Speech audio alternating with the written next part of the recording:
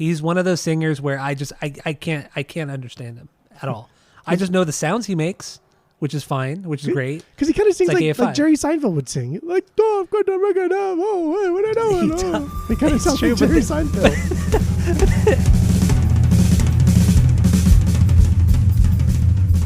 Welcome back to Asinine Radio, a weekly podcast where we talk about music, and, well, that's pretty much it.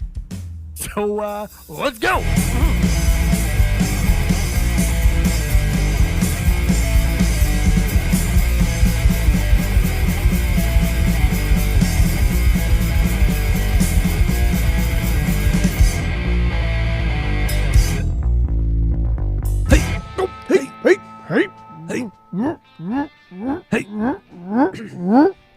This is Asinine Radio. This is the weekly music podcast where every week we get into a different band, different artist, and we break down one of their records. We get into the lyrics, how it was made, the music, the artwork, everything you could think of, and we try to have a good time doing it. My name is Tyler. Way out there, hundreds of miles away, is Jeff. And while you're listening, go to Spotify, Apple Podcasts, give us 5 stars, and 5 stars only. Please go do that. Keep listening, tell all your friends. And that's all I got for the boring intro. So what are we doing today, Jeff? We are doing the Bouncing Souls album, Hopeless Romantic. So, Jeff, what's your origin story with the Bouncing Souls? Go. Yeah, Camp is my origin story with the Bouncing Souls. Not nearly as much as like Guttermouth was, and then Dropkick Murphys. But yeah, it was Camp, and then really it was Kazaa. Kazaa is when I downloaded a lot of fucking music in a very short amount of time, because my mom had it at her house, my dad didn't, so I could only do it at my mom's house when I was there on the weekends or whatever.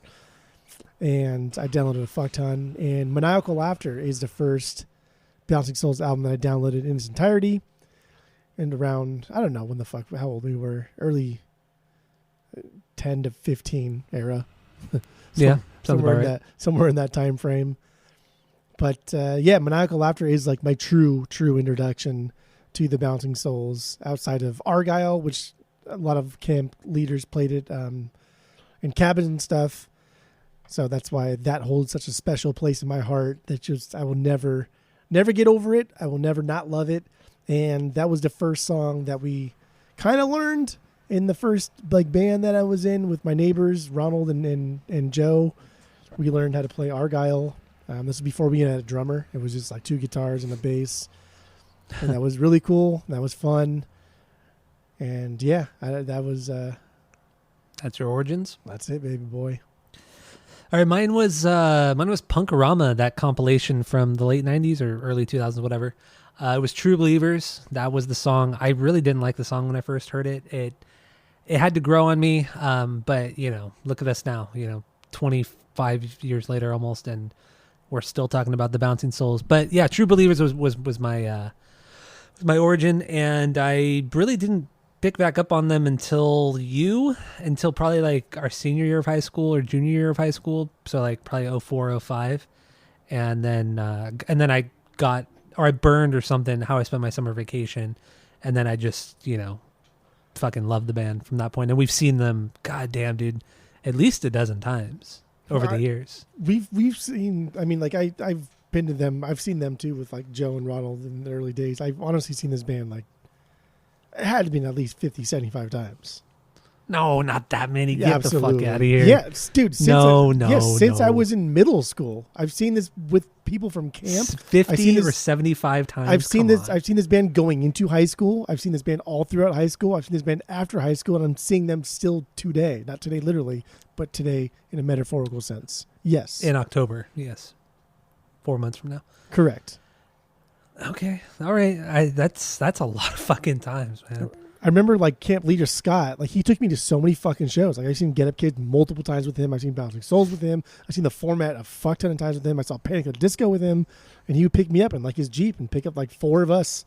And like, we were like 11 years old, 12 years old. In hindsight, it's kind of weird, but yeah, I don't know. Yeah. Fucking cool. It was a different time, man. It was a different time. Yeah. Yeah. Man, way, way different. Fucking, I was like 16 or 17 or 18 years old, probably picking up 12-year-olds. That's fucking. Well, he was like 25, but Oh, is that much? Oh shit. like we were so involved in camp. Like it was Yeah. just we knew each other so goddamn well. Like we went to each other's like houses during Christmas time. We had like dinner, birthday parties, summer. Like we were just so ingrained with each other. It wasn't like a weird that makes thing, and sense. not like nothing weird happened or nothing like that. It was just like a cool dude like trying to help out like youth. There's no different like a Big Brother program, right? No, that's true. No, you're right. You're right. Yeah. It's something you don't hear about nowadays. That's what I'm saying. Because people are fucking weird about it. So it's just and honestly, Yeah. dude, like Scott picked us up for so many goddamn shows, and that's what he's the one that took me to go see Phantom Planet at UCI outdoors. Mm-hmm. This is prior to That's fucking freshman rad. year. Okay. All right. You've seen them a lot. But I've seen them probably at least a dozen times. For So, sure. every time. A So dozen, much. no, you've seen fun. them more than a dozen times. You've seen them at least 25 times. I don't think so, man. I really don't think so. We've seen them every single year, probably since like sophomore year of high school. And at this point, we've almost so we've almost graduated high school that's not 20 an years ago. exaggeration. Yeah, that's not an exaggeration. Yeah, you might be right. And then not just And that, but like possibly, seeing like, them see at them more Warped than once a Tour. year. Yeah, exactly. Yeah. Seeing them at Warped Tour and then seeing them on a solo tour or seeing them play with somebody else later on in the same year. Yeah, no, it's not an exaggeration to think that you've not Okay. seen them 25 times. Okay, you're probably right. And we just saw them last year too, which is cool. And we're seeing them this year. We're seeing them this year. So anybody out there who wants to hang out with Jeff and I in California, come to see the Bouncing Souls with us in October. You probably will have a free place to stay at my house if you want. So come on by. It's Come on gonna by. be fun. It's gonna be fun, dude. Well, all right. Let's get into the album then, Hopeless Romantic. Since we already played Olay, let's hop into that one. What do you got on this one? Where does it sit banger wise? What do you got? All right, don't be crazy. Don't be crazy when I say these things, okay? But Olay's my 1B. Why? It I is mean, my it's 1B. great. It is my 1B. It's great, but come on, dude. We are doing this Uh. album because it is now back in stock on the vinyls, and it was in Yeah. stock when we first started collecting, but it's not my favorite Bouncing Souls album, and it was like $17, and I was like, yeah, it'll be here, and then it never was for years. Yes, and then it was like $100. Yeah, it was on crazy Discogs. expensive, and for whatever reason, it became in stock. It was like fucking $16. Like that's a no-brainer. So that's why we're doing this. And Olay is a song that I don't playlist. I don't listen to it really because it kind of bothers me. It's a little cheesy. It's not a little. It's fucking super cheesy. But it hit me good this week, dude. It really did. Like I don't listen to this song ever, even on like a Bouncing Souls playlist. I won't put this on there. So it's been a long time since I sat down and actually listened to the song multiple times over and over. And I just can't help but think that every time we go to a Bouncing Souls show, the beginning of the show, when the other band, the second tier band headliner is leaving, everyone says, "Okay, cool. We're all here to see the Bouncing Souls. Let's sing Olay." And everybody sings Olay. And the Souls never open up with Olay. Never. They never play it. They never fucking play it. They rarely. They play it sometimes, but they only will do it like if the crowd really, really wants it, and then they'll only do one verse and then move on to something else. But the crowd will never, ever, ever not sing Olay before the band comes on. Always, That's every true. single fucking time. Well, between other songs too. It's not just at the beginning. It's the beginning, the end. It's all throughout the show. And there's always a group of people, if not the entire crowd, singing Olay. And I don't even It's want to so hear fucking it. I don't fun. even care if I hear it. Like I don't even want to hear it. I just like singing it with people that I've never seen before and I will never see after the next 5 minutes. But it's like for that one moment, dude, for that one moment, there's just something magical about this band. And they're so mediocre in like so many different aspects. I don't even understand. I know. It's For that- crazy That that one moment you're Yeah. standing in a crowd full of all these people and everyone's singing Olay. It's just like, oh, here we are at the same time to see something that we all love, that we all kind of grew up with, maybe not even. Because when we saw them do the gold record Anchors Away tour, there were a lot of really, really young kids that knew every fucking word to the gold record and Anchors Away. But then when they Yeah. played the songs, the earlier songs after those two albums, those kids didn't know those songs. So it was kind of cool to see the different like generations of kids going to see the Bouncing Souls. How the fuck do they even Yeah, know it what was the Bouncing cool. Souls are? I don't know. that was this just jogged my memory. That Anchors Away show we went to at the Troubadour. That was when Ronald and Renee came with us, Yeah. and She drove Ronald, us. yeah, she drove us, and then Ronald passed out and had to be like carried out. And then we were like, what the fuck happened to Ronald? Was he okay? 5 minutes later, he comes running back out into the pit. And it was just like he was so dehydrated. So he drank a bunch of water and then he started to feel better and just came right back out into the pit. Dude. It was just like, it was so fucking weird, dude. It's It just was like, so that's bizarre. perfect. That is fucking perfect. That is exactly what it is. It's this band is much like the Vandals. Like a lot of the time, some of these punk bands, and the Bouncing Souls were never even like that punk. You know, they were never nothing like the Misfits, nothing like any of their Yeah. contemporaries Not hardcore in the at early all. days. They were never that punk, but the Bouncing Souls have never been shit on. They've never been shit on by anybody. And I Yep, just, that's true. I get it in some ways, but in other ways, I don't get it. I don't either, because they are probably one of the most boring bands to watch live. Greg is not a frontman that is memorable.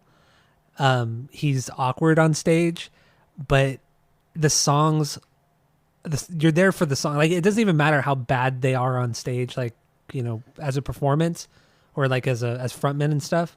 But dude, the songs carry it just carry the whole show, and the audience is just, the crowd is fucking insane at these shows. It's Yeah. so much fun. It's just And like I was saying fucking earlier, rabid fan we base. we saw him last year at Punk and Drublick, and dude, it was like all people our age or older, you know, 35 to like 55, and everybody was losing their fucking mind when the Bouncing Souls came on. Everybody. And yeah, You know, like, No Effects came on after them, and the crowd wasn't nearly as rowdy as it was during. the yes, Bouncing Souls. exactly. So like it was Bouncing Souls, Me First, and the No Effects. And Me First had a lot of people there because everybody fucking likes a cover band, no matter what. But there Yeah. were more people up close pushing for Bouncing Souls than there was No Effects at that show. Yeah. Even No Effects, even Fat Mike said something too. Yeah, he's like, where'd everybody go? So- Bouncing Souls stop playing, y'all leave. Like, what in the fuck, dude? Like, what is it about this band? Like, I just I don't know. I don't know. It's bizarre. I can't quite like put my finger on it, and I don't know what it is. I know I love them. There's a lot of nostalgia for me, just camp and everything. But Olay really hit me this week, and I was like, dude, this is a fucking cool song. This is a cool song because it's a song for the fans. It's a song kind of just about being a fan, and I had a fun time like going into like the soccer thing with it too. I've watched like a lot of clips from the '86 World Cup, which is kind of where this song was bred from. And it was fun. It was fun. Yeah, and so I don't know if you know, but did this song kind of come up? Were people doing the Olay thing before the song even came out? They had to have, right? Yeah, they did. I think indeed since 1986 to whenever the song came out, people were doing it at soccer matches. No, I know at soccer matches, but I meant at Bouncing Soul shows. Was it a thing at the shows prior to the song being released? I don't remember. Yeah, I don't remember either. I don't even know if you could look it up because there's not even that much written about this band, which is No. even crazier too for how popular they are. You know, and I guess popular is not the right word. Like how much of a following they have, like a cult following. I hate using that term, but it's the best way to describe it right now. But how much of a cult following they have, but there's nothing written about them. It's weird. They're so fucking weird. They're extremely successful in that making a living making music is so fucking hard to do as it is. But you think of like Jersey and you think of the Boss and the Misfits, right? Like that's what you think Mhm. of when you think of Jersey. But like these guys have been doing it since 1989. They've been making a living playing music since 1989. This is a fucking career. Like no, know, right? even the Misfits didn't make it a career. Not many musicians can make it a fucking career. This is a career. They're going to retire soon because of this. Maybe not as rich as the Boss is, but they're going to retire soon because of what they do for a living. And it's fucking cool. And it's pretty much the same band. Really, the only member that's ever been switched out has been the drummer. Yeah. And they Which is harbor cool, like too. no Yeah. ill feelings towards past drummers. And in live performances, they'll always say like thank you to their fans and thank you to Shaw and their past drummers. And it's like, dude, these guys are just humble Is as it fuck. Shaw? Or is it Shy? I was I think saying it's- Shy. I think it's Shaw with an L. Is it Shaw? I thought it was an I. Oh, yeah, you're right. Yeah, you're right. That's I fucked close up. enough. It is Shaw. That could be Shaw. Shy Shaw. Shy Shaw. Yeah, I don't know. Olay is what I know this is a banger for you. It has to be a fucking banger. What Well, yeah, no, banger is it this? absolutely is. It's my 4B. Okay. It's a great song. It's a hype song. It's to get everybody pumped up, the band pumped up. That's all it is. There's nothing deep about this song whatsoever. It's just a ton of fun to sing. I like that they don't play it live because we don't need it live. Everybody's singing it together. Like that's what the Bouncing Souls do. They bring us together, right? Like I don't need you guys to sing it live because we're doing it here. And and you just mentioned, they bring people together.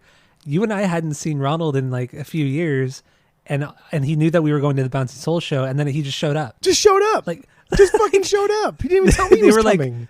They were like 3 or 4 songs deep, and then all of a sudden Ronald appears next to us. How he found us, I don't know, in this giant crowd, but he just fucking pops up next to us, and it was just like, I remember that feeling of seeing somebody we know, like Ron, because I hadn't seen Ronald in years, and just seeing him and just being so stoked, being there, seeing the band, seeing my friend show up, and it was just like this. It was such a cool experience. It was so fucking cool. Oh, that was an awesome experience. That was when we saw him at the Glass House, like right before COVID. So it was 2018 or 2019, I believe. There's very few bands that can even just bring people together for that long. And even we talked about their newest albums, kind of whatever's, but like we're still gonna go see them on tour for their newest album because we like all of their songs. We like the way they play. We like how they play. And we like the crowd that goes. So yeah, you're right. And then I saw a friend of the pod, Mike, and he's only ever seen the band once, and that was that 2018 or whatever it was. And I told him, they're playing in October. Jeff's gonna come out. You should come out too, because at that point he's probably gonna be in North Carolina, and he was actually really thinking about it. He was mulling the idea. What if they play in North Carolina? Would that be Oh, I didn't even think about that. But Mike better have a fucking place for us to stay, though. I ain't sleep on couches again. Oh, yeah, that's true. I don't know if you would. No, let's just see him in California. it's easier. It's easier. I mean, it's easiest for you, but it's also easy for me because it's so close. Yeah. It's just way fucking easier. And we could have other people we know come, like Ronald will probably come. Yeah, and we're familiar with it. And yeah. Dude, we should get Joe to come out. That'd be sick. I was just thinking that. Before I was taking a sip of my beer. I was thinking in my mind. That's a great place to think. Mm-hmm. Yeah. Mm-hmm. Anyway, 0-2. So what's your number one banger? What is that your was my 1B? That was my fucking 1B. Oh, that's right. It was. You're right. Okay, I'm sorry. Yes, you're right. I'm not used to that. That's what took me down. I know. I honestly, fucking 5 years ago, 3 years ago, 10 years ago, Olay would have been my 4, 5, 6B for sure. But this week, dude, hit hard. My top 2 are fucking bizarre. For me, at least. All right. Well, okay. Actually, we didn't talk about this. Do you have any stinkers on here? No. I have songs that I listed as a B just because I was in the mood, but they could have easily just been okay songs. But I'm gonna go fuck. They're Bs. All right. Yeah. So I don't have any stinkers. I have 10 Bs out of 13 of the songs. So 3 of them didn't make the cut. Not to say that they're bad, but you just you don't need them. You could have cut the record down from like 44 minutes to like 35, and I would have been cool with that. Tom could have cut the record down to the bone. What? No, Tom Wilson, the producer. Tom could have cut the record down to the bone. Is that it? That's what Monday Morning Amp Brigade. Tom cut the record down to the bone. Number show shot. Really rocking the microphone. Okay, we'll get there though. That is my 1B. Really? Morning Amp Brigade. Yeah, that's my 1B. Dude, that fucking bridge when he says that Tom cut the record down to the bone, not my short shot, rocking a microphone. That is my favorite part of the entire fucking album. Really? That is my favorite part of the album. See, it's okay. So I mentioned this on the rankings. I don't really ever know what he's saying. He's one of those singers where I can't understand him at all. I just know the sounds he makes, which is fine, which is great. Because he kind of sings like Jerry Seinfeld would sing. Like, Tom, cut the record down. Oh, hey, what I know? He kind of sounds like Jerry Seinfeld. I know, and look at the song like True Believers. He sounds like Jerry Seinfeld singing, but I don't know what he says in that song. Yeah. I have no idea. And that's how pretty much every song is from them. But yeah, Monday Morning Amp Brigade. This is my 1B. This is kind of like an Oi song. It's faster, more punk inspired. I love how kind of dumb it is too. The lyrics are goofy. I love the line when he says, "I'm on the bowl with diarrhea," because you can actually understand what he's saying there with diarrhea. That's diarrhea. And then the kazoo solo. What is going on? Yeah, that's how like it fucking starts with the into that the fuck it all, no regrets. I'm staying in. Yeah. You can bet. Like, and then it goes into the Tom cut the record down to the bone with Sure Shot. That dude, that whole thing is my fucking favorite part of the album. And just it starts with the drum part building up into just this fucking great punk song. It's that short build up that makes it also great. The bass playing is fucking all over the place. It's his playing is the perfect amount of speed and just kind of winky playing. Like it's squirrely, it's weird. This song is absolutely killer, man. Then at the end, all the different vocal parts. Everyone's just fucking sounds yelling. So fucking rad. Like the background vocals are yelling the days of the week, and then Greg is like, like, what are you fucking even saying? I know. It's so fucking good. It's so cool. So going back to like the bass playing, Brian's like the only instrumental member of this band that I think has like an iconic way about him. True. And we talk about like a lot of people on Instagram and stuff will say like, oh, I'm going to play this song in the tune of fucking, I don't know, Mark Hoppus, right? And he'll play the bass and like, oh yeah, that is how Mark plays the bass. And that is how this other person plays the bass. Like Brian has a very distinctive way that he plays the bass. And there's a couple songs on here that are like, yeah, that's fucking Brian Kinlan from Bouncing Souls. That is how he fucking plays the bass. So yes, it's cool. It is definitely kind of unique to him. I didn't realize it until this week, but a lot of his bass playing and the way it cuts through in the mix reminds me a little bit of Jeff Kresge on AFI's Answer That and Stay Fashionable record.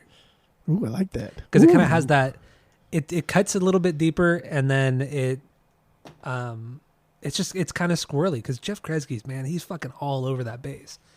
And there are definitely moments on this record where I hear some of that. See, Brian's not like technically proficient. He just does like in Hopeless Romantic, the opening track. There's that do do do do do do do do do do do do do do do. He just does like those almost like triplets, right? He's doing like a Steve Harris type of thing, just doing like a very punk version of it, and that's his specific thing that he does. He does it with Beach Rats, and he's a really good bass player, not like the best ever, but he's really good. And I think he does have like an iconic way that he plays the bass, and I like it a lot. I like it a lot. He's honestly the most talented member in this band. I mean, come on. Except for Greg's stage presence. Come on. Come on. It's so fun to like kind of make fun of the guy because like he just he's trying. He's not lazy. He's just awkward on stage. Yeah. He's fucking awkward. He's a people person, dude. Imagine like you, because you never do karaoke, you never do like those type of things. Yeah. What would you be like on stage, right? Exactly. And that's just like his personality, and that's what's so endearing about him. That's why we love Greg, is because he's a people person. And he does that arm thing, like he's my god, cheering. It's so stupid. It's like, what do you just put it down, dude. And he's always wearing a button up, right? Always wearing a button up, jeans, and button up and jeans. And if he's wearing a hat, it's always like a pork pie hat. Yeah, always like Peaky Blinders style. Yes, exactly. Dude, every time we've seen him, love without fail, button down in jeans, man, so good. And I think Converse. I think he wears Converse every time too. That's a front man, dude. Yeah, but Monday Morning Ant Brigade. This is I think this is the perfect like jokey punk song, because Bouncing Souls do a lot of jokey songs, they do a lot of punk songs, but this is the perfect blend of the two. A perfect jokey punk song. I agree with you on that. I really like the oi part of it. Not that they actually say oi, but that it has that style, that oi style, and it's very bouncy and punky and fun. And I think it's a perfect song to transition from Night on Earth too. I agree, because Night on Earth that didn't make my bangers list. Oh God. it just didn't. I'm sorry. It's a good song, but it's not. Got so much notes on it. That's my 2B. Is it? No, it's not. Oh. All right, let's play a little bit of Monday Morning Ant Brigade, get into the lyrics, and then move on. So here it is from the Bouncing Souls. All right, there it is, the Bouncing Souls. Lord. And Monday Morning Ant Brigade. I had to play it through that bridge for you. That fucking part is unreal. It is really good, dude. Honestly, my favorite part of the entire album. That's a statement. That is a statement. I love how cocky he sounds. I love how cocky, but also just how How fun it is. Yeah, but and the chorus too. The chorus, I just the melody is so, it's rushed. It's, I don't know. I can't explain. I just love that chorus so much. I think it's so fucking catchy. I can't even try to sing it. I want to sing it right now, but I know I would just butcher it. No, I can't. I would just butcher it. You try to sing it. It's weird. It's a weird thing. It's a weird one. Anyway, one, Mr. Grinch. Anyway, 0-2. What do you have lyrically on this one? Not getting laid over the weekend has made his Monday even worse. Okay. Yeah, pretty much. I just thought, it's just him partying every weekend, all weekend, then feeling like shit on Monday, and just repeating that cycle over and over and over again. Just hating his life, really. The song is about hating his life. Yeah. Because he has to be a normal person, not a normal person, but like a 9-to-5 person. A normal person who has to fucking work for a living, yes. He has to be a grown-up. That's what I think this one is. So, do we have anything else on the song? That's it. That's all. All right. So your number 2 is really Night on Earth. Dude, Night on Earth is fucking real. I'm telling you, man, my 1 and 2 Bs this week, I went back and forth. I was like, no way. There's no way. But yeah, Night on Earth is my 2B. So, okay, so the song, it starts out with shit I don't like. The palm muted guitar with Greg singing over just the palm muted guitar. I think it's always been cheesy. Mind you, I do like the song, but comparing it to the rest of the record, it falls flat. I mean, in the end, it's more of like a pop rock song than anything else. And they're like vocally, there are moments where it sounds like he's trying to be really sincere with his singing, but it doesn't sound good because he's not a great singer. So it just, I appreciate his sincerity, but it just sounds fucking kind of weird. And it's just a ballad, man. You're a balladman now. Dude, when it comes to Bouncing Souls, I'm fucking anything, man. I don't even care. There are 2 songs on this album that I think are arguably their most impactful or most important song, and that is one of them. And the other one is the whole thing, the closer. Yeah, I think both of those songs are extremely important to the lore of Bouncing Souls. This is a gamble. They're taking a gamble here with the Punkers, right? This is fucking Hopeless Romantic. Even the title of the album is kind of like, I don't know if I should trust these guys. And this is the late 90s Epitaph era is dominating the scene. The Fat Record scene is dominating the Punkers. And then like Night on Earth happens. And then right after like You're So Rad, which is, it's a fun song. Superficial but fun. But like Night on Earth, dude, like this is a gamble. I think it's insanely catchy. I think Greg is just wailing away. Sometimes he's sounding kind of whiny, he's kind of squirrely, doesn't sound very good, but he's just doing it. He doesn't give a fuck. He's just doing it. He's singing it. He's doing what he wants to do. There's a lot of woes. Gotta love the woes. And the chorus, man. Crickets. Dude, the chorus here. The chorus is like what's really taking the gamble with the Punkers. That Night on Earth thing. And like, there's a lot of cool like leads. It'll lead into like instrumental parts after that until the next verse, which I love. Mm-hmm. And I like the palmy parts. The got some time on the stove, like that little chuggy thing in the beginning. Yeah, I love that stuff, dude. You really know? No matter what, like this is the song that they play either like at the end of the show or if they're playing like a longer set. This is the encore that they'll throw out and then say goodnight to the crowd on. And so this is when everyone's sweaty as fuck. Everyone's like saying goodbyes. I hate it. I'm sorry that happened in the pit. You're shaking hands with people. Like everyone's coming together and they're saying, thank you guys for coming out. Like we're the Bouncing Soul. You know who we are. And then like they just kind of like bleed into the instrumental. Greg drops the mic. Lights dim. I'm painting a picture, dude. I'm getting goosebumps. I'm holding my arms up. You can't see them, but I got goosebumps. That's how good this song is. That's a good song, dude. That's a good song, dude. Well, the more you drink, the more bad like the actions get too, huh? The whole coke and yeah, that accent gets worse and worse. But yeah, dude, this song is just I think is unreal. is unfucking real. I mean, it's not unreal, but it's good. It's fine. unfucking It's real. good. I think you missed the boat. I think you got your punker goggles on and are looking just for more. Well, they're a punk band. You're so And rad. They're not okay. a punk band. They are not Okay. a punk band. They are more than a punk Okay, band. well- That's why they've withstood well- the test of time. Is because they are well- not a punk band. Well, Punk bands do not withstand the test of time. they're They more don't. of a punk band than anything else, and also one of their best records is Comet, which is like a fucking pop rock ballad album, which they fucking nailed. They nailed that style with Comet in 2012. But this is where This it started. is this is where it started. Okay, I understand. Yeah, They I could not get have that, done but it Comet still had it not doesn't been make it- for them Okay, being that's adventurous okay. with Hopeless Well- Romantic. Straight up, Well- come on. Well, The Vandals never I'm did a not- fucking record like this. No Effect never did a fucking record like this. Bad Religion, come on. What the fuck? What other like mainstay punk band has ever done a record like this?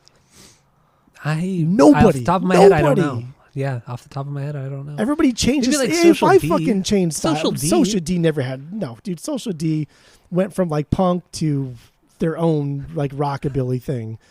So Social D, but like they Also, they this were this is coming from two guys who know very little about Social Distortion. their first Outside album, of like their first maybe an album was really album. punk, though.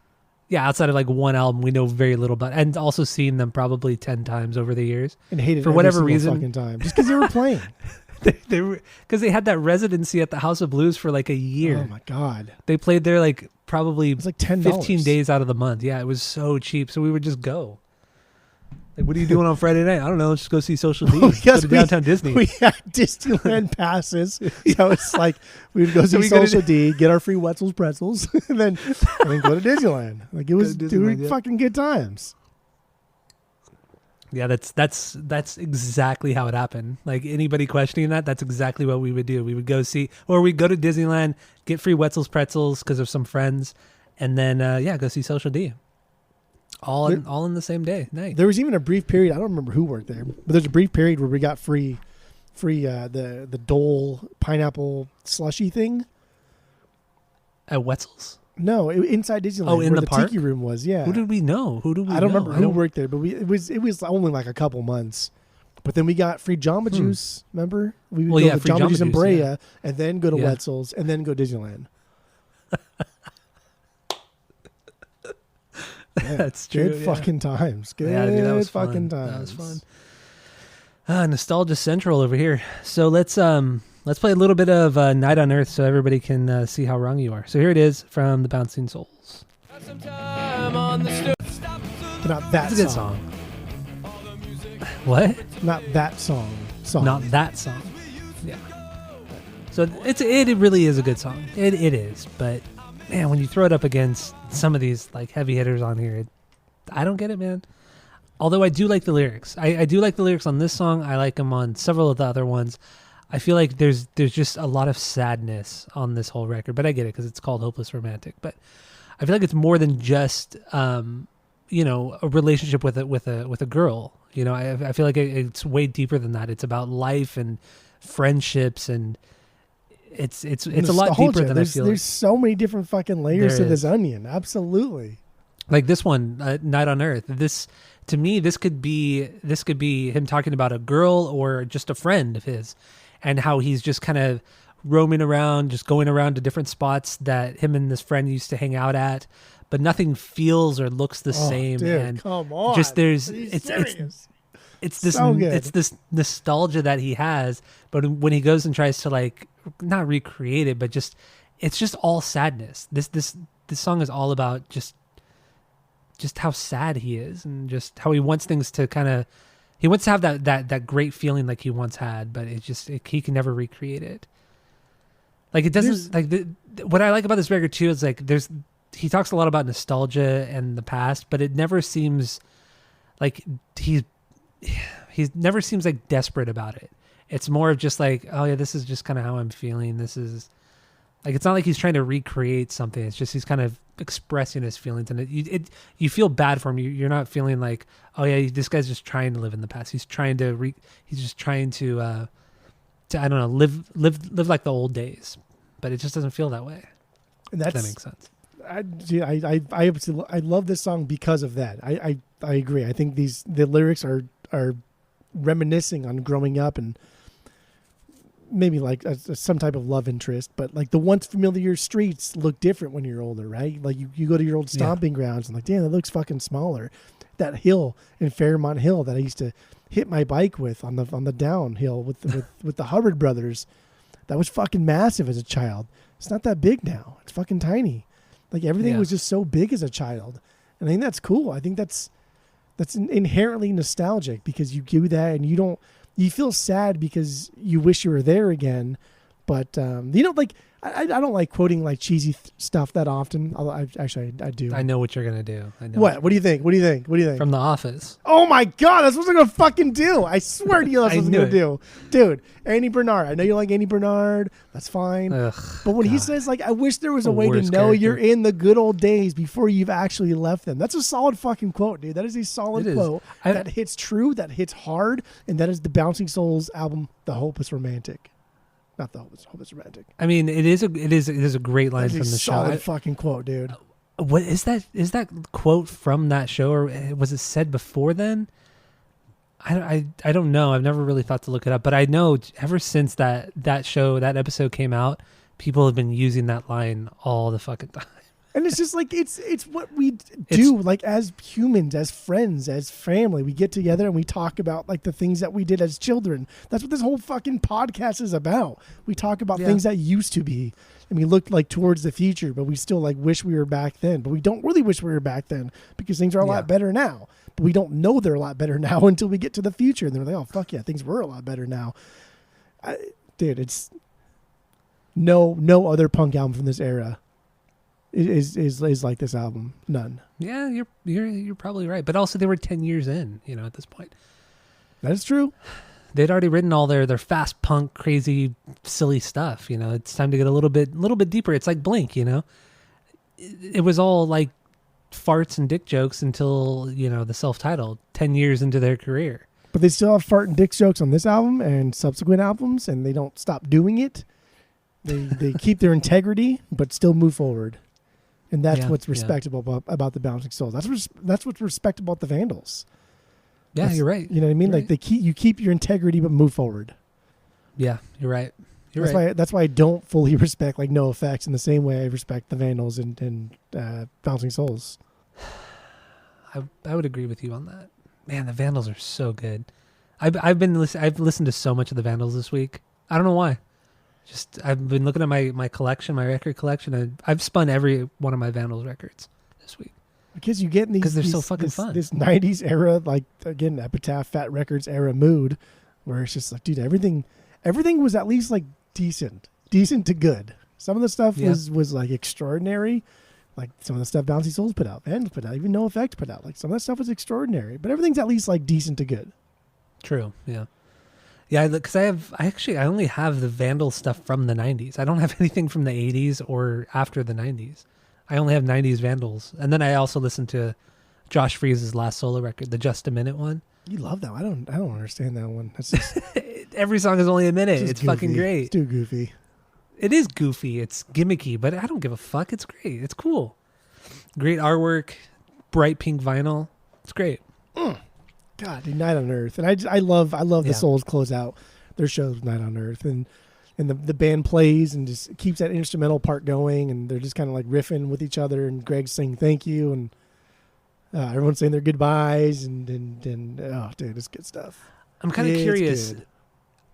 Are the Bouncing Souls a band that were ever only popular here in the States? I feel like they are. I feel like they don't have the same presence in Europe and the UK as they do here. Or Asia or anything like that. Maybe Australia, because Australians love punk and pop punk. But I'm really curious. I know they're big in Canada.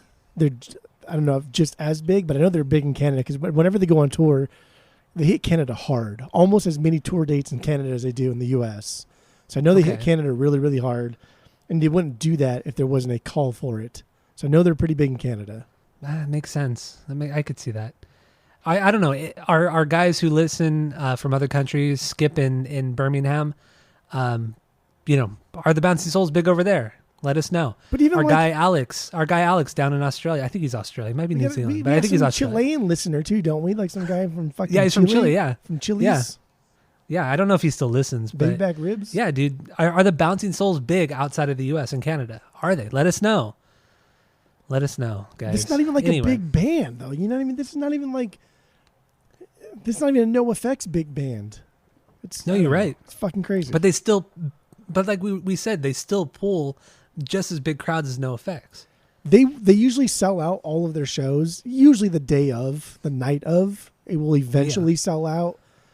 But like if No That's Effects impressive. played, but like if No Effects played like the Observatory, right? Like they'd probably fucking sell out pretty damn True. fast. Yeah.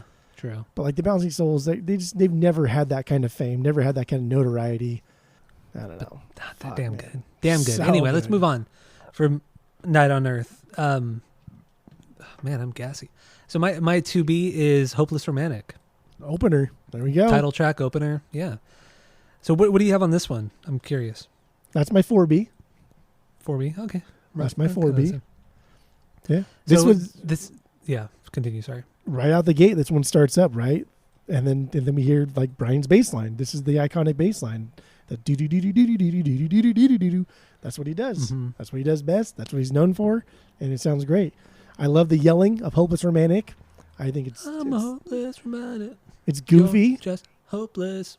It's stupid, but like what gets me about the song is the lyrics. It's pretty straightforward. Like someone who's hopelessly in love with someone else who he sees as just hopeless. But like the play in words itself for hopeless romantic though, right? The word like hopeless is kind of meaning two different things when he's saying it about him and then about her. Like I'm a hopeless romantic. You're just fucking hopeless. It's like Yeah. that's frustrating, that's irritating, that's annoying, but that's also kind of like self-empowering. Like, yeah, I know that eventually I may find what I'm looking for, but you're just kind of a douchebag. And like the first track on the album, the title track from the fucking Hopeless Romantic album, and we're already getting like a more deeper, complex Bouncing Souls punk, like driven thing. Yeah, in this you're era. right. It's a great way to start the record because it still has that kind of intensity from the self-titled record, but there's way more melody on this song. So it's like it really sets you up for the entire record, and I really like that.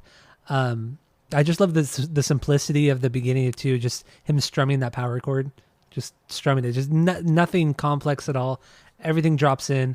The vocals are so jumbled that it's very difficult to understand what Greg is saying here. In that first verse, the beginning of that first verse, even when I read the lyrics, it's hard to understand what he's actually saying because it's a fucking mess.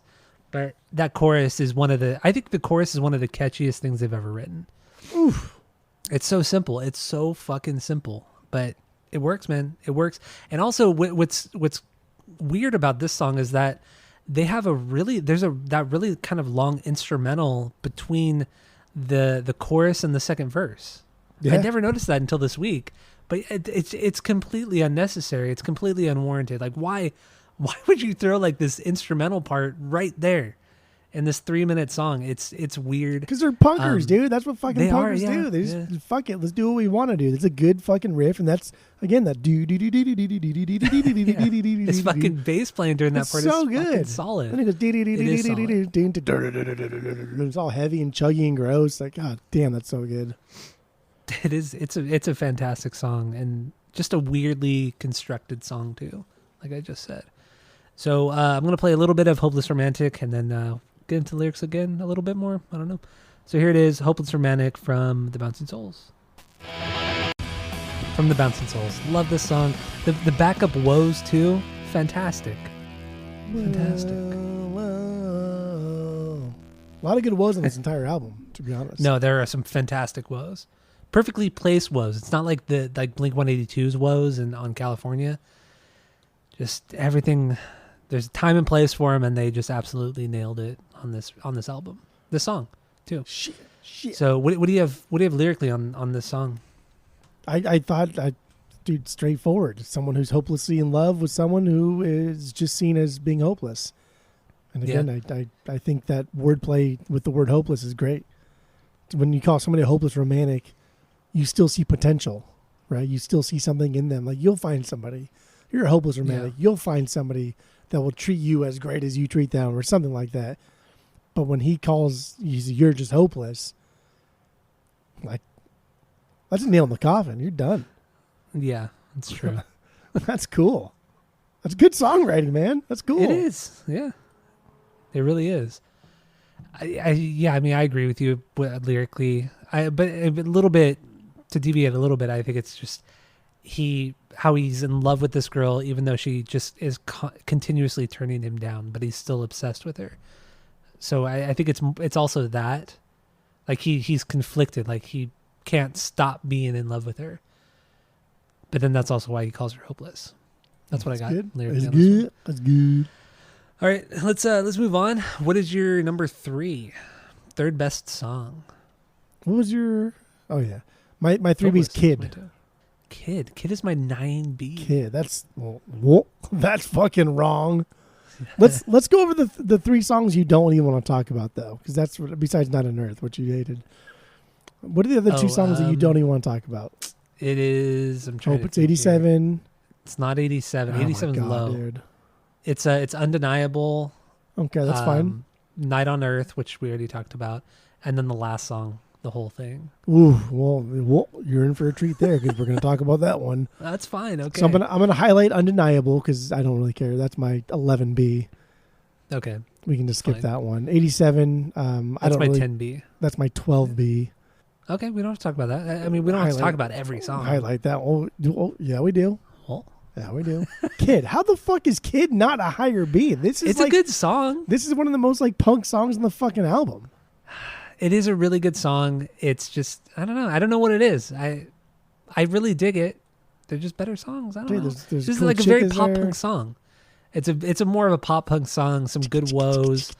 I just also really like singing. Just you're a good kid. Because it's just Kid, still got 5 a.m.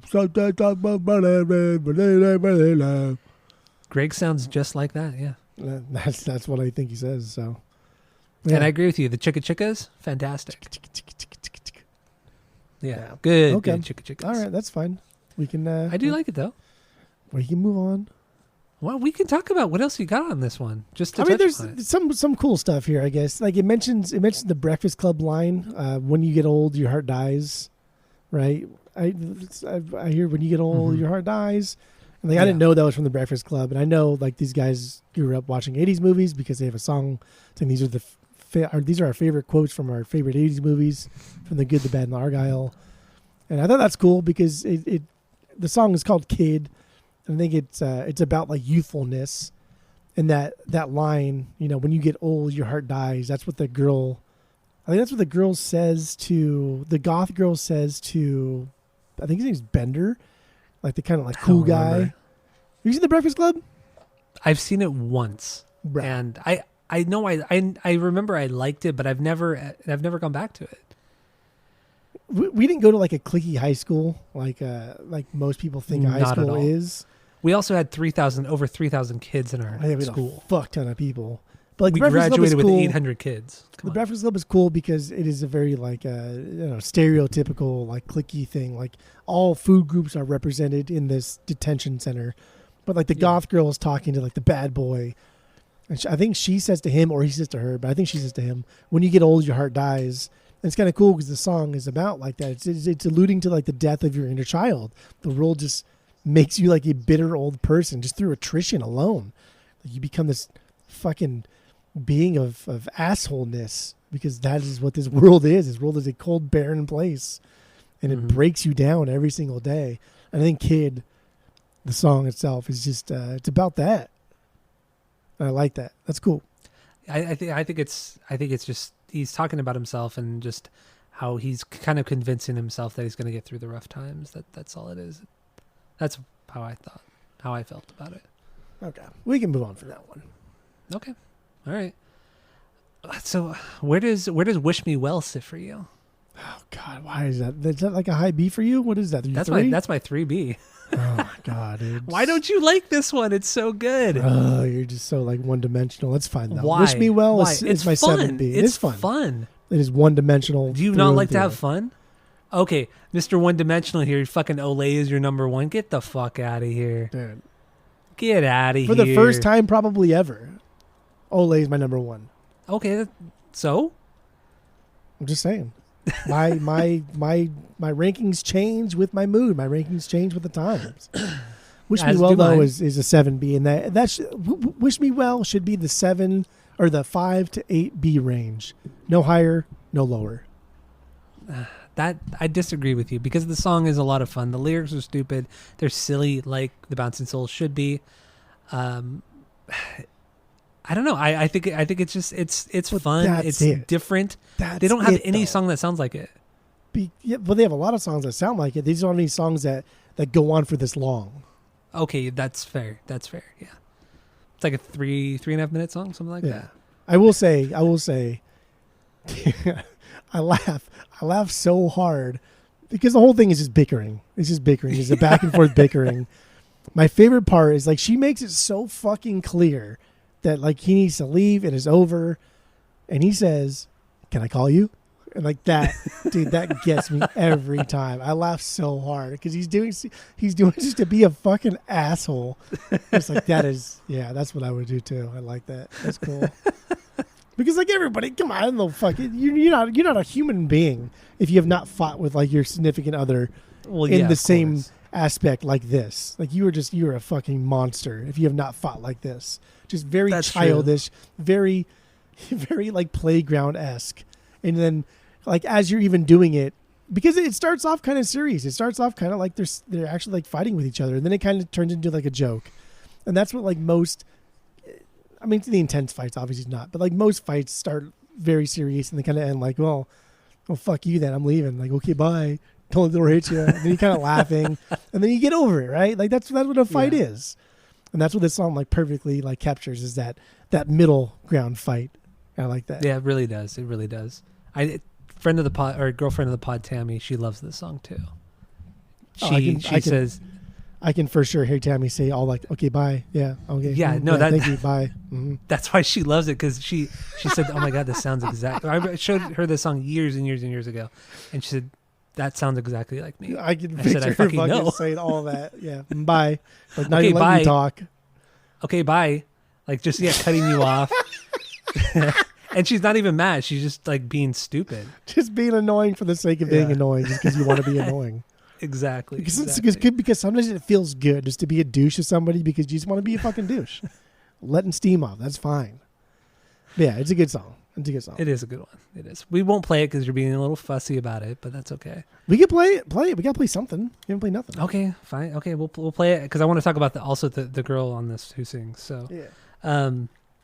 here it is. Wish Me Well. You Can Go to Hell from the Bouncing Souls. Good one, man. This is a very very bass driven song too. Like outside of the vocals, it's a bass. It's a bass song. It's good stuff though. That's a Love good it, song. love it, love it. It's a good song. So let's talk about the girl. Her name is Cara Weathington, otherwise known as Catalina. That's her stage name, I guess. Now she had kind of a hit in the early '90s or mid '90s or something like that, called Yeah. DJ Girl or something like Yeah. that. And did you listen to that song? I did. I hated it. Stupid as fuck. It was so bad. I thought for sure like it would be at least like, okay, cool. I like this. Is kind of like I thought it was gonna sound like Six Flags era techno, like being in Six Flags when we were like in high school. But no, Yeah, it yeah. was fucking garbage. It was not good. Like not No even offense, in like an right. ironic way. It was bad. It was trash. Yeah, I listened to a couple other songs off her record because she did put out. I think she put out one record, maybe two, but I listened to 3 songs off that one record, and yeah, it was just all stupid. It was bad, and I don't know why this girl was popular. Maybe she must have been really cool or something in real I life. don't know how they hooked up or how she hooked I up don't with know the either. Bouncing Souls. I tried to like Google that specifically. They weren't on the record label was not the same. Nothing about it was the same. Nothing at all. And she was in. She did some stuff with the Vandals, so maybe that's how they hooked up, was through the Vandals. It was like she did a cover. She sang a cover on "My Heart Will Go On" a comp, which again, punkers love comps. True. And I don't know how the fuck. I just don't understand. They fucking hooked up. But then she was also in. She was in like in a Vandals documentary as well. I think it was a Vandals documentary, and then she did. She was in a movie, not SLC Punk, but She did a I don't TV remember what it show was. too about punkers, but not like a Nothing like as not that SLC Punk is a famous movie, but nothing that famous. Yeah. I don't know. I forgot what it is now. But yeah, she's never done anything since then. It was a very short-lived career, and it bothered me that I couldn't find where they had why she was on the song or how they knew her. Yeah, it's always annoying. Whatever though, it's cool. It's a great song, and let's move on then to what else we have here. We did your 4B, or what was your 4B? Wish me well. No, my 4B. Hold on, dude. Highlight I'll hold red. that. Highlight red. Always highlight All red. right, let me. go. Half the stuff is already red. Yeah. My 4B was. Mine was Olay, so we already talked about that. Oh, the opener, Hopeless Romantic. That was my 4B. Okay, so then what's your 5B? Oh, got a highlight kid. Hold on. Hold on there, God, dude. you were just not prepared at all. There we go. My 5B is scroll. God, I can't I don't know. see it, dude. So right now it seems like we've kind Monday of reached. morning. Okay, we talked about Monday morning. I Yeah, think let's we should just- kind of wrap it up. Talk about like maybe You're So Rad. Yeah, let's see. What is You're So Rad? Oh my God, what beat That's is my this? 5B. Oh my God, dude, you're fucking. So, What is wrong with you're it? so fucking one dimensional. Why? How is this one-dimensional? Why are you the way that you are? Like that's What what, are I you want to fucking talking know. about? Why? It's a fun song. It's a fun Oh punk my song. God, dude! It's just like it's so fucking. This is a joke song. It's a joke song. I know, for but them it's to do a punk song. So Like, was that's- Olay. So was Olay, but it's your number one. Get the fuck out of Because here. there's like nostalgia with Olay. There are feels to Olay. The crowd gets into Olay. You're So Rad. It's like a throwaway fucking joke song. You're so rad. But But you can't help but sing it and love it. You're so You're rad. so rad. I do like that. And then goes in the solo, and that last little bend in the solo, when it's like, Yeah. I think it's like a good amount of like distortion. It really digs in there. It's solid. Dude, this is like this is something the Vandals would do. Yeah. This is 100% something the Vandals would do. Something so silly lyrically, just a dumb punk song that they do every once in a while. It kind of reminded me a little bit of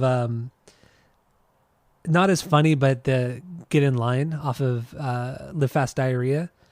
Just the stupidity of it. It's about getting in line on the Matterhorn in Disneyland.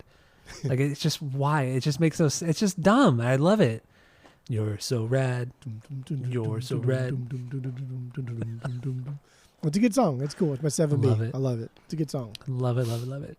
It's just talking about a girl. She's rad. She's a Yeah. rad girl.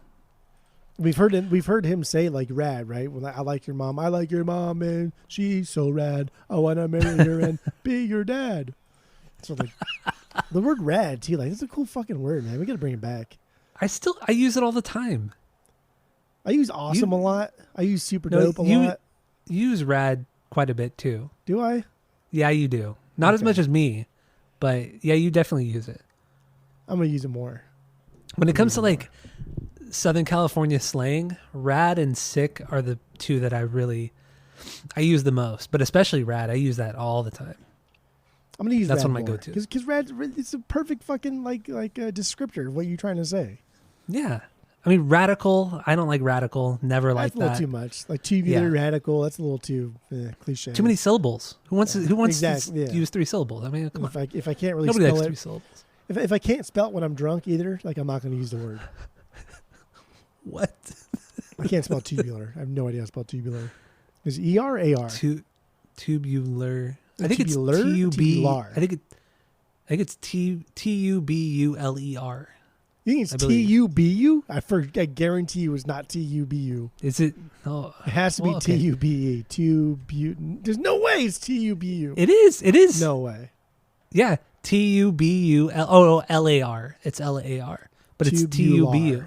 Tubular. It's tubular, bruh. See, I have no idea. I'm not gonna spell fucking words if I can. Yeah. I'm not gonna say words if I Tubular can't surf spell them. culture slang for cool or awesome. Derived from catching a wave and getting in the tube. It's tubular, bruh. Tubular, dude. I didn't know that. I had no idea that was like the origin of it. What did you think tubular was? I don't know. I just thought it was a word. I thought it was just a fucking word. Oh my god. Okay. Oh man. Okay. I had no idea it meant about the tube of a wave. That's cool. Do you remember the special zones in Super Mario World? Where like The star zones? No, so like there was a star zones and then there was a the special world. In the special world, they were all named things like that. One was named Gnarly. One was named Tubular. One was named fucking. I can't remember the other ones. I don't think so. I don't. There's only there's either 6 of them or 8 of them. Special World and Super Mario World. Yeah, I don't the think I've special ever. zone. I think there was 8 of them. How do you? Yeah, there was Gnarly, Tubular. Oh yes, Awesome, yes. Okay, I do remember this. Yes. Mondo was one. Mondo. I never was never able to get to that point, but I've seen other people play this before. Play these levels, or get to that special world. Super Mario World, I think, is not just like my favorite video game of all time, but I think it is the greatest video game of all time. I wouldn't disagree with you there. It is definitely one of the most, I don't know, important games in video game history. Right. It's great, oh, dude. And it's so much fun. It's a game that never gets old. I might play it tonight. You think about it too. I think it's over 30 years old. God damn. The game is that's over old. 30 years old. Is it really? I think so. Now I'm. Fuck, oh fuck! I put my beer down. Hold on. Hold on there, dude. Hold on there, dude. Oh, Super Mario World. Let's see. Yeah, after we find this, we just run through the songs and then we'll talk about 1990. 1990s. November 30 1990. 30 fucking 32 years. years. 32 and a half years old. That's insane. Oh man, I kind of want to play this game after we finish potting too. Dude, it's so early. It's 9:30. The sun's still out. Not really, but it's really No, early. it's not. All right, let's run It is through really these. early. Yeah. Okay, yeah. Let's run through yeah. these. Let's talk about Tom. Let's get out of here. Let's talk about Tom. Yeah, Tom Wilson, producer. Okay. Okay, yeah. I was thinking Tom DeLonge. Tom I'm cut the fuck, record dude, down to the bone. I'm let's a talk about short Tom shot, DeLonge. rocking a microphone. God damn that part's good. Fight to Live. What's Fight to Live? Fight For to you. Live is my 8B. It's my 6B. It's good. It's easy song to get into, right? That that's the staccato thing. It's fine, whatever. It has that like drum beat too. That Tonight easy is target all drum beat. right, tonight. Da. Yeah. Fine. Bullying the Jukebox. What is Bullying the Jukebox? Bullying is my 7B. That's my 8B. That's good. I Wait, like what's this cool one. about this one? Oh yeah, sorry. No. Hold on there, dude. Go ahead. Whoa. I was gonna say this has a little bit of everything. It has the pirate shanty parts of it. It has the very Green Day part of it in the intro and the verses. I like it. There's a lot going on here. I really like Bullying the Jukebox. Lyrically, I wrote only a couple things down. I wrote one. This is essentially a gatekeeper punker song, right? Why though? Because The lyrics? Because they think that their music is better than everybody else's. Because they know what good music is. And there's even a line in there when they see some hot girl coming up to them. They say, "Yeah, you look good, but all your songs are lame." It's kind of gatekeeping. I like it. It's funny. Okay, But I never noticed until this week that they drive drunk at the end. They go to a different bar and they say swerving in out of cars, and that's kind of like, wow, I can't fucking believe you did that or said that. It was a different time, man. It was a different time for sure. 99. It wasn't even that long ago. 99. No, but was it? yeah, swerving in and out of consciousness. Yeah, I was like, oh, okay, whatever. And then the last song. Actually, it's not the heat. It's the humidity. Is that a low B? Yeah, that's my 6B actually. So mid B. Oh wow. Yeah. Okay. I mean, because it's more of a punk song. It's pretty That's a punker straightforward. song. The guitar playing, the riff kind of reminds me of Social D a little bit. It's a song that makes me think about like just being in a circle pit with your friends and just drinking beer. That's just what the song reminds me of. And it actually has like kind of a rockabilly like guitar solo or lead. I guess you could call it a solo. It's a very kind of loose lead or a loose guitar solo, but Yeah. it's a cool song. I enjoy it. It's very pit friendly, as some might say.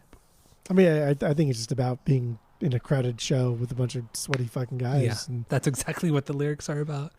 I mean, it's kind of disgusting, but every time we leave a Bouncing Souls show, we're drenched in what is probably like 30% our sweat and 70% everybody else's sweat.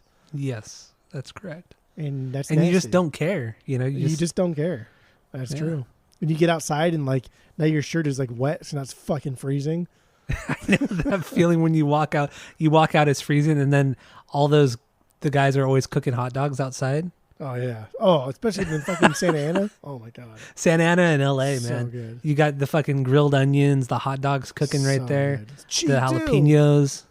Yeah, it's cheap. Jalapenos, sure. Jalapenos. It's fucking good though. I Jalapenos. don't get it very often, but man, dude, those street hot dogs are fucking good. I love a good hot dog, man. I Me too. nothing beats a good wiener. I'll tell you that much. Good. Yeah, you're right, man. You're totally right. And the Love last song, me some wieners. The Whole Thing. Mhm. Is that a B? Or not a B? No, this was not a B for me. Okay, that's my 10B. It's a low B, but butts are for pooping. I think this will wrap it. No, let's talk about Tom and then the whole thing because that'll wrap into my record wrap up. Okay. So Tom Wilson. So we're not going to talk cut about the whole thing. We will, but I want to talk about Tom because the whole thing will lead into my wrap up. Okay. Got it. I thought you were on the other way, but anyway, continue. Tom Wilson produced a lot of Offspring stuff. He produced Mhm. Smash. Okay, we love Smash. Everybody loves Smash. Yes. Right. Right. Yeah. Well, he produced their first 3 records. He did. He produced the first 3 Bouncing Souls records too. Where's Maniacal Laughter, Bouncing Souls, and Hopeless Romantic. Also, one other band. He produced We didn't the do the Vandals, Yeah, the Vandals, the first 3 Vandals. and he Peace did. Through Vandalism, When in Rome, Slippery When Ill. I think like what solidified him as a, I don't want to say top notch producer, but as somebody to be sought after is Dead Kennedys.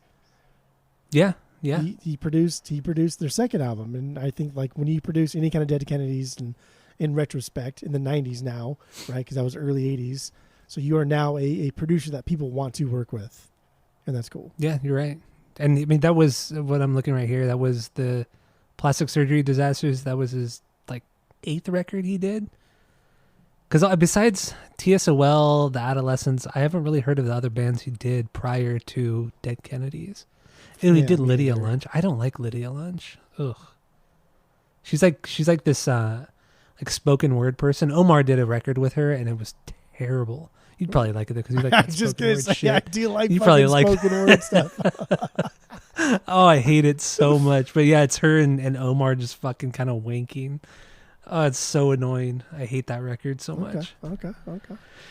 Yeah, he did so much. Bad Religion, Youth Brigade, Social D. I mean, fuck, man. He did Aquabats later in his career, and he died in 2015. Yeah, that was surprising. But he had to have been, you know. Not He that old. Yeah, but I mean, when you think about it too, he went through this era of just debauchery and drugs and booze, and you know, when he produced these records, he was probably at least 15 years older than all these guys. In the I'd 90s, imagine. yeah. I would say like in the early 80s, he was probably mid 20s. No, Right. I bet he's older than that. You I think bet he was so? older than that. Oh yeah, because on Wiki it doesn't show his date, when he was born. It shows the day he died. Because nobody knows.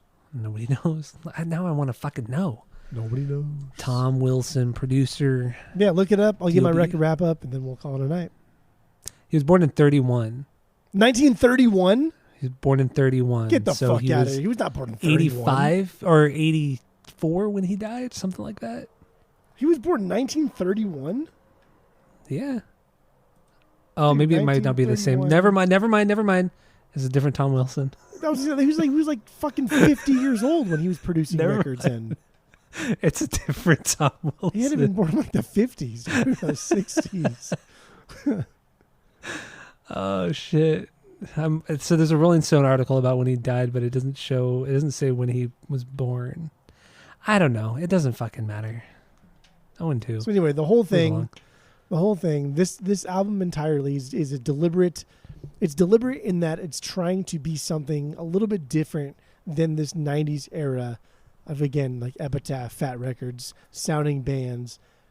And this ends the album perfectly, right? Like it could have just, the song builds, and I like that it builds to a mid-tempo soul song, and it doesn't feel a need to end on a punk note. It doesn't feel the need to end on something faster. something more aggressive. It just does it. It just says, hey, this is an album that we did. It's more mid-tempo overall. It's more melancholy. It's a little bit harder than what you're used to, but it's also a little bit slower. And then also, the last guitar lead part, every fucking note of that is the same exact note as Late Bloomer from How I Spent My Summer Vacation, the I'm no good, you're no better. You're no better. Every So good. fucking guitar note in that last lead part is that song. So like you have Really? now heard, I'm fucking telling you, dude, you have now heard that, you've now heard Late Bloomer in the end of the song. I think that is so cool. This is my 10B. I don't think it's a great song, but I think it's just such a fucking cool, like if you didn't like this album, we don't give a fuck. Here we are. This is what we're doing right now. And I like that. Love it. God, I love this song. Okay, so we have our world famous 3-point rating system where 3 is a perfect album, 2 is a good album you're going to continue to listen to, 1 is a bad album but give it a shot, and 0 is the worst thing you've ever heard. So, what do you give this record? Oh, you didn't say go, so I didn't Go. know. I didn't know Go. if I don't know if I was supposed to talk or I didn't know Well, if I was supposed okay. to. Gotcha. So when we talk about like labels in the 90s, record labels, we're really talking about like Epitaph. I mean, Lookout was the thing. Victory Labels was coming in, but really it's like Epitaph and Fat Records. Like those are the two big things that people wanted to be on. What was the Maybe like Drive Through or Nitro as well. But like Nitro bands were only on Nitro because either A, they wanted to be on Epitaph or Fat Records, or B, they wanted to start their own label, or C, they were just going to sign on to a bigger label like AFI did and jump ship entirely and change entire directions. I think the only other like Drive Through would be one, but those bands never achieved like the same kind of like mainstay as the bigger ones. But like Alternative Tentacles, that's the Dead Kennedys one, right? Yeah, that's Jellos. That's the only other one I think in the 90s that people probably wanted to be on, because even by then the Fugazi record label was kind of like, nobody really cared anymore. By the mid to Lookout late Records 90s. was big too. A lot of people wanted to be on Lookout until I think, 94 happened. Wait, Because what happened in 94? that was when Green Day released Dookie, and Oh, Lookout Records was yeah. now a thing of the past, gone, over with. That's right. Goodbye. And then Lookout Records really only was Op Ivy, and like that was kind of their mainstay. But like really, you wanted to be an Epitaph or Fat Records, like that was what if you're a that's punk what you band, yeah. strive to be if you were a punk band. And so like this, but they had a specific sound. Like all those Punk-O-Ramas, like the bands had a specific sound. Even like the one-off bands, there was a specific sound. Bouncing Souls were part of that specific sound before and after Hopeless Romantic. Even like the 2001 comp that we both love so much, the Punk-O-Rama comp, like all those bands have a specific sound to it. They're all great. The songs are fantastic, but Hopeless Romantic is something very, very unique in the Bouncing Souls lore. It's not their best album. I don't even want to say it's their most ambitious, but I do think it's their most like honest. It's just it's them at the time, and they're thinking like, we don't want to do what's expected of us. Let's just do something that, I don't know, feels right now. And I maybe it is their most ambitious then, because it's just Could be.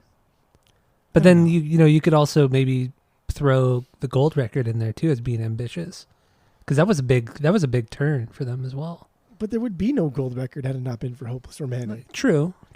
Hopeless Romantic was just, dude, 1999, man. It was just something different. Like, well, I think they were just bored. I think they were bored at that time. I mean, they had put out, Maniacal, then Self-Titled, and then this one. So I mean, it was like, just all punk music. They just needed to kind of like relax and just kind of do something a little bit deeper, a little bit more sincere than talking about, I don't know, whatever. But it's not even like an emo thing where No, it's not. Like we talk about Clarity and like Jimmy Eat World, Bleed American and stuff, or the emo stuff is taking over, because it's kind of delving into the emo aspect. But if you took away it's not as Maniacal earnest Laughter, as it. if you took away Maniacal Laughter and Bouncing Souls, would you categorize this album closer to like Clarity, or would you still put this in that Epitaph era Punk-O-Rama stuff? I might do more question. clarity. Yeah, more exactly. Like closer to clarity. That's the question. Like knowing their report card, we put them into the Epitaph era because do we know what you guys can do? But it's also, we know you've done. It's also because they don't have the chops to do like the emo thing. None of them are like extraordinary musicians or anything like that. They don't come up with these crazy kind of interesting melodies. Not to say like Jimmy Eat World's like the greatest band in the world, but I mean they're way more complex than the Bouncing Souls. I mean, that 1-2 punch of Clarity and Bleed American, those are both perfect albums. So. Oh yeah, genre defining, fucking it's changing the face of music at that time. Yeah, I wouldn't disagree with you on that. And this is not like Hopeless Romantic is not changing the face of music at this time, but I think it's planting seeds. I think it's telling pretty much everybody from like the Punk-O-Rama list, all these, even fucking Bad Religion, NoFX, and these bigger names. I think it's saying, hey, dude, it's okay not to do the same fucking thing over and over and over and over. It's okay.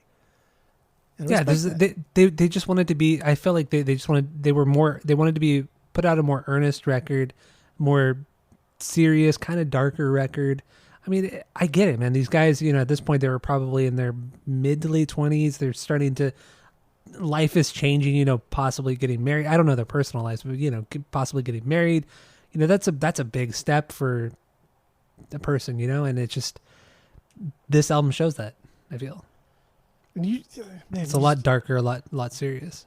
You just and then don't they come in hear with Summer Vacation. Jesus Christ! What album by like NoFX sounds like this? What album by like Dropkick Murphys sounds like this? I was actually going to bring this up.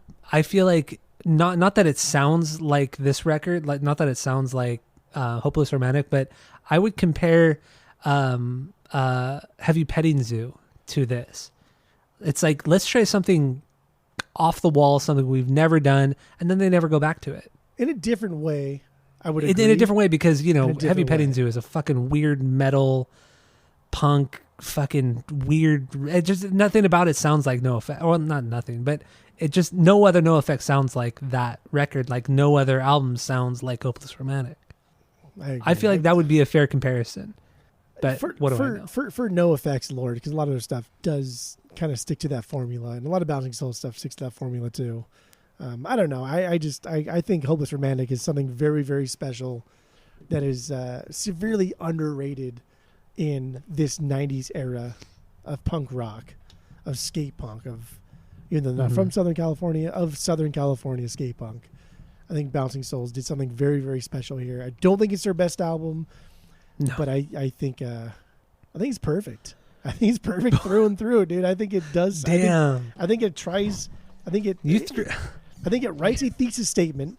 I think it achieves that goal in convincing me that the thesis statement is correct, and I think it proves it through songs, through lyrics, through tone, through cover art. I think everything about this era of the band is absolutely fucking fantastic. And they abandon it immediately and go into How I Spent My Summer Vacation with remnants of this album. Man, you throw those threes around like they're fucking candy. We just do some good fucking. I'll tell you what, baby boy. I'll tell you what. We do some good albums sometimes, and this is a good album. This is a fucking great album right now. We do some good. This is a great one sometimes. I mean, dude, you hit a lot of the points that I was gonna make. It's their outlier album. It's their dark album. It's still heavily punk, heavily poppy in moments, but in the end, there's just not every song is a banger, and even some of the bangers are just like, okay, this is good, but God, you did it so much better before, and then you did it so much better on Summer Vacation, and I don't know. With that being said, I'm not going to go do a big spiel because we just spent an hour and a half on this. 3 more hours on this. No, but you touched a lot upon what I was going to talk about, so there's no point. I'm not going to repeat myself. We're not going to repeat ourselves. We do it enough already. That's true. I'm just going to give this record I'll give this a 2.5 out of 3. Ooh. 2.5 out of 3 because it's not perfect, man. It's great and I love it, but it's not perfect. I can't give Comet a perfect score, and I like that record more than this.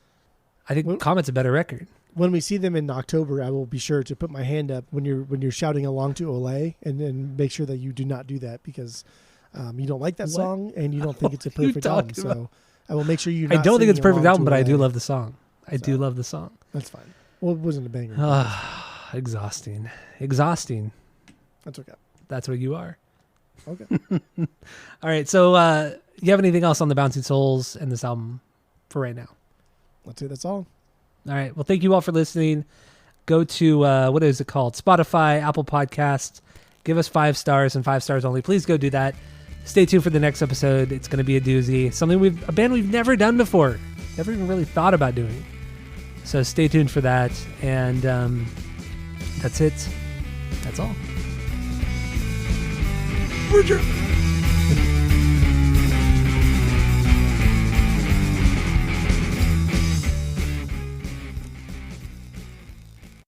But damn, I love this album a lot. This is really, really good. This is the city. All right, cool. So let's jump into our album rankings, where we rank all of the bands, all of the. What? Hold on there, dude. He's one of those singers where I can't understand him at all. I just know the sounds he makes, which is fine, which is great. Because he kind of sings like like Jerry Seinfeld would sing. Like, oh, I'm going to make it up. Oh, hey, what I know? He kind of sounds like Jerry Seinfeld. Because it's just... still got 5 a.m. Greg sounds just like that, yeah. But it's T-U-B-U. Tubular. It's tubular, bruh. See, I have no idea. I'm not going to spell fucking words if I can. Yeah. Tubular surf culture slang for cool or awesome. Derived from catching a wave and getting in the tube. It's tubular, bruh. I didn't know that. I had no idea that was like the origin of it. What did you think tubular was? I don't know. I just thought it was a word. Oh my God. I thought it was just a fucking word. Oh my God.